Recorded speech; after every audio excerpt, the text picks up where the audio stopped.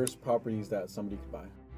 Well, it depends on what kind of investor you are, but I would say the worst property for like a first-time investor is one that's a heavy value add. There's gonna be tons of mistakes. You're gonna probably underestimate the amount of repairs. You've got to find out good contractors. You've got to find out codes and permits. There's all kinds of room for error. And experts are really good at making money, and it does seem like, oh man, you can make a lot of money doing that, but the vast majority of beginners make mistakes in that. Number two, buying a cap property that's pretty on the outside that doesn't cash flow, right? If it doesn't cash flow, you're gonna be hurting. Maybe not after a month, maybe after 2 months, but after 6 months, man, I've lost money every month. My property looks great, my little gingerbread house or whatever it is, you know, on the corner, but it doesn't cash flow. So don't buy a property that doesn't cash flow. Number three, I don't like to buy D-class properties, meaning, you know, areas that are, you know, very, very hard on properties, or tenants are difficult on properties initially, because your expenses go up quite a bit when you do that. Meaning, like, you think you're gonna cash flow, you look at the spreadsheet, you're like, I'm gonna cash flow $300 a month, right? But then the AC goes out, a window breaks, the flooring gets torn up, they have an animal so it scratches all over the place and you gotta get everything repainted, the trim redone. Pretty soon you're like negative $1,000. Man, I lost, right? I lost that. And then the one I